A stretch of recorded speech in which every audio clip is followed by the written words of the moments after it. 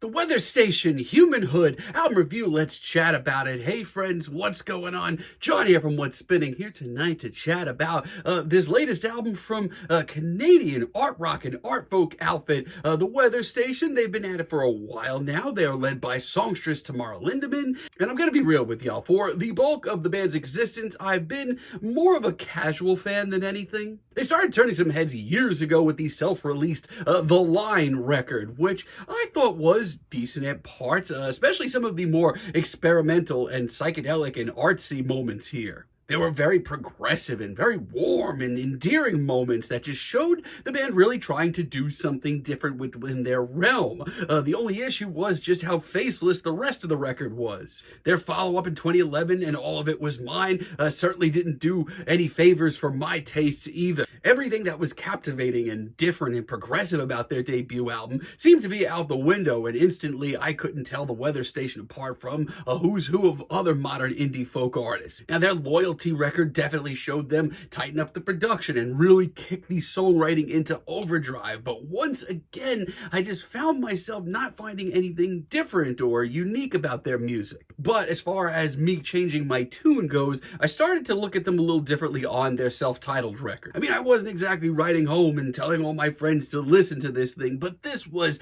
by far their best crop of songs to date. It was light and it was carefree, but it was also empowering. It had a strong message to it. Now, leading up to their last full-length record, Ignorance, I was very excited. I thought singles like Parking Lot and Robber and Atlantic were some of the band's best tracks to date, and the album, honestly, followed suit. Most of this record was awesome. It ended up landing in my top 10 favorite records of the year, actually. Now, shortly after, we got the How Is It That I Should Look at the Stars mini album, and I'm going to be honest with you, I don't really know what happened here. Honestly, it's some of the most one-note art rock that I've heard in years, and no exaggeration, it's an album that really does put me to sleep, sadly. Now that leads me to their latest album, Humanhood, and honestly, leading up to this thing, my hopes have been pretty high. They've been dropping a lot of really great singles lately. Let's chat about this thing. Now, this album starts off with Descent, a very quiet instrumental cut that sort of leads into the sounds of this record, and honestly, I really love it. It's the sort of serene and gorgeous and experimental cut that brings me back to what I enjoyed about their early days. It's absolutely gorgeous, but it also does bring in a lot of the feelings of the rest of this record. I'm all for it. I'm also all for Neon Signs. I mean, God, this track is so nice. I mean, how could I possibly be in a bad mood listening to this? It does take its time blossoming, but my lord, is this track gorgeous. It starts off very hushed, but it very quickly becomes a swirling wonderland of gorgeous strings and woodwinds, as well as Tamara Lindemann's incredible vocals. I mean, her songwriting has become so powerful when she's writing tracks like this. I mean, they just sound like they're just bursting to get out, and when they finally do get out, and so beautifully, it's pretty charming. It's honestly gorgeous, and I have no qualms with it whatsoever. It's a great single. I really, really love Mirror as well. This was a late album drop. This was a late single drop from the album, and it's a little different for them, mostly because of just how bluesy and how rough and tumble it gets. It's bruised, it's bluesy. Tamara sounds exhausted in the best way possible, just like she's had a rough couple of years, and getting this out is very therapeutic for her. And while it may not be as animated and full of life as some other cuts here, it is beautiful in its own ways. It's impeccably layered, and it's got a great amount of drama too. And Window, well, this one just might be the best cut here. It's probably the most immediate cut here. This track wastes no time whatsoever, becoming a swirling wonderland. I mean, I absolutely love Tamara's vocals on this cut. This is her vocals just at their strongest and most soothing, most immediate too. It's gorgeous, honestly, and it still lyrically packs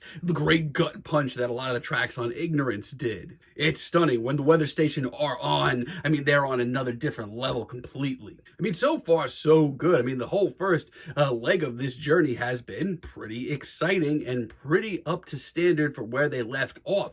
My only issue is I don't think that this is as good as their last record. I'm sorry. Things definitely start falling apart with the Passage interlude, which, I mean, it's okay, but it's not done with the same care or give you the same feeling of adventure as this album's intro. With Ribbon, the band really starts to lose me almost entirely. I mean, it's once again these hushed, super quiet tracks from the weather station that kind of lose me. All of a sudden, things sound a whole lot more faceless. I can't tell them apart from the crowd. And all of a sudden, more importantly, I don't have as much to say. I just don't really have much to report here. There's nothing really too good or bad about this track.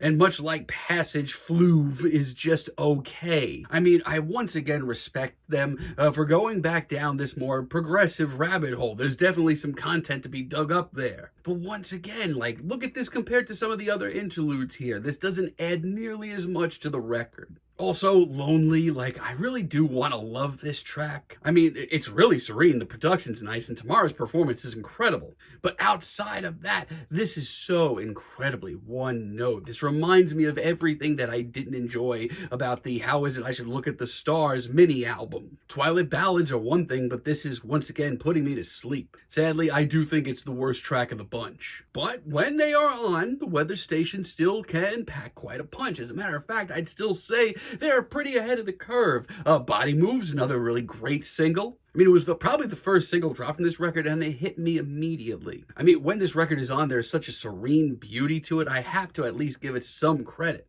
This one's fairly slow-paced, almost haunted sounding, but it's gorgeous. And the way that this track has this formlessness to it, and the woodwinds and brass just kind of work their way in and out, it is pretty incredible. This album's title track, Humanhood, hell of a deep cut. I love the way that this track just sounds alive from the word go. It sounds like a living organism. The atmosphere is incredible, and Tamara on vocals sounds at her most impassioned. Fired up even in her own way. It's a very whispered, hushed track, but there is an urgency and intensity track to it. It's a great reminder of what the weather station can do with a more subdued cut. And if you're a fan of the woodwinds and brass in the weather station's music, as I am, this is definitely a standout. I do really love Irreversible Damage as well. As far as a softer cut from the band goes, they really did improve on this track. Once again, there's a very alive feeling cut. It's a very busy cut. It's almost got some jazzy flair to it. It almost even goes back to their earlier, more progressive and artsy days. It's impeccably detailed, and lyrically, it still packs a punch. And Aurora, late in the album, as an instrumental, they knock it out of the park. When the weather station focuses, they can find details in such little things that are so beautiful. This track is absolutely gorgeous, and it adds a whimsicality and an enchantment to this record. Honestly, it makes me really excited to hear the finale here, and anything that they have coming down the pipe in the future. Sadly, though, I feel like this album does have a pretty underwhelming finale. Yeah, Sewing, it's not for me. I do feel like the pieces are here. It's very lovely and intimate, but it's also painfully straightforward, and it goes on for almost 6 minutes. It's not nearly as interesting or enchanting as anything else they presented here. So yeah, sadly, I don't like this as much as the Ignorance record, or even their self-titled record. It's got a slew of great singles, and the first leg of this journey is actually pretty awesome. But man, some of these ballads in the second half of this record just get a little too one note for my liking. The weather station have all the tools, and they've got a really interesting sound. I just wish that they would come up with something maybe just a little bit more lively and, most importantly, consistent. But for now, I'm feeling a strong 6 on this album. But let me know what you all think down below. If you like the video, be sure to give us a like, give us a subscribe, and let me know down below what you would like for me to chat about in the future. And until next time, have a great day, friends.